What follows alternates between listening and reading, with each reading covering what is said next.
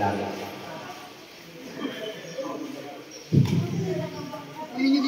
Gabwa. Oh, sige.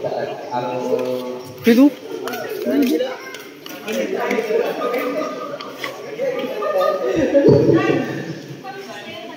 Ang sis na tagabak, si sis ano? Sis, pwedeng dito ka sana para sa ating paniwalang panalangin. Mari bakit ka mo?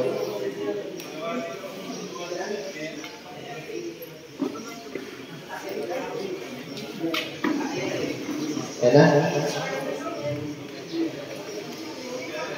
Dito na pala ang ating activity, so hintayin na natin.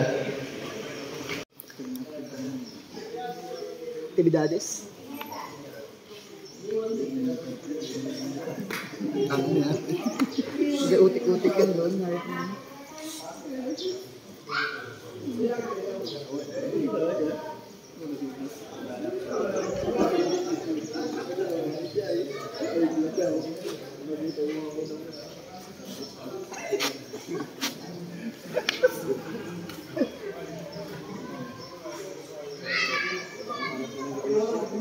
Sir, sa ating sekretary, si Brad Magtuan, at ang ating chairman. Sana si chairman? At si Sir Eric. Hindi na Sir Eric. Magandang hapon po sa inyo.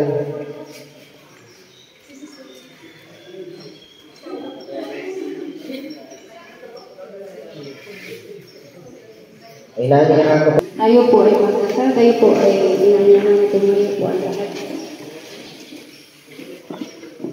Captain Prayers. We praise and bless you, O Lord, for you have come into our lives today to enrich our humanitarian order with your grace and love.